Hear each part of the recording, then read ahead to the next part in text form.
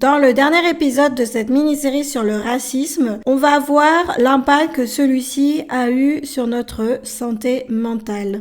Alors, Anne-Cat, racisme et santé mentale, quel est le lien? Ces problèmes d'identité, en fait, avec lesquels on va grandir étant petit, en fait, ça affecte notre santé mentale.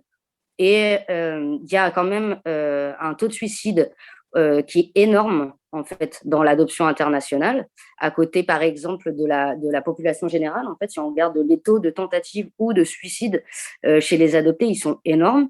Et tout ça, en fait, est lié à plusieurs problèmes. Le problème, en fait, de l'identité, de ne pas savoir qui on est, de ne pas savoir se reconnaître. Et c'est aussi lié au problème de violence intrafamiliale, quand la famille est directement violente, en fait, avec l'enfant ou la personne adoptée. Le problème qu'on retrouve dans les familles, c'est que c'est toujours le problème de l'adopté. C'est jamais, en fait, les parents qui seraient le problème dans une famille d'adoptés. Donc, on envoie en fait l'enfant souvent à réparer chez le psychologue, mais on enlève toute sa responsabilité du fait que ça peut être nous qui avons créé, donc les parents adoptés. C'est les parents adoptés qui pourraient avoir créé ou qui ont directement créé les traumas aux personnes ou aux enfants adoptés. Et il y a énormément de violences intrafamiliales. Enfin, dans tous les groupes en fait qui se sont créés ces dernières années, la violence intrafamiliale est vraiment très présente en fait dans l'adoption internationale. Il y a aussi le racisme en fait qu'on va vivre en dehors de la famille, qui va se retrouver par exemple à l'école, qui va se retrouver, j'en sais rien, par exemple dans des activités qu'on va faire qui sont liées, je sais pas, au sport, à la musique. Qu'est-ce qui va se passer? En fait, les enfants sont pas préparés parce que les parents en fait ignorent le racisme. Donc les enfants ne sont pas préparés face à des situations de racisme vers lesquelles ils vont se retrouver donc en dehors de la famille.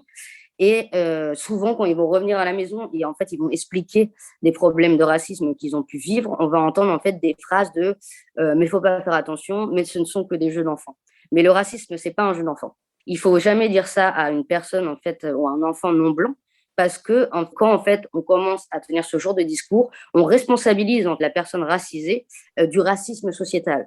Et petit à petit, le problème qui va se créer, c'est que la personne ou l'enfant racisé va penser que c'est lui le problème. Alors qu'il n'est pas responsable du racisme qui vit, c'est la société qui est responsable du racisme qui vit. Mais s'il n'a pas d'accompagnement sur ces questions qui sont liées au racisme, l'enfant ou la personne va commencer à penser que c'est elle le problème. Et on peut changer de comportement, on peut essayer de changer de comportement comme personne racisée, le racisme va continuer contre nous. Donc c'est dangereux d'enseigner à un enfant petit à petit d'ignorer le racisme parce que petit à petit il va penser que c'est lui qui est responsable en fait de ces choses-là. On a aussi beaucoup de problèmes en fait au niveau de tout ce qui est spécialiste et psychologie, parce qu'en fait il y a beaucoup de psychologues qui sont des psychologues blancs qui viennent d'une psychologie qui est énormément hégémonique et ils ne comprennent pas en fait nos problèmes qui sont liés à l'identité, qui sont liés à nos origines, et ils sont aussi racistes sur beaucoup de practices.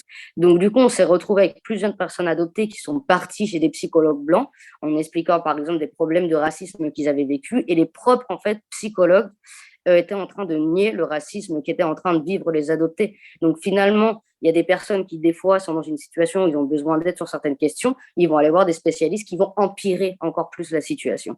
Donc, c'est quelque chose qui est vraiment très problématique.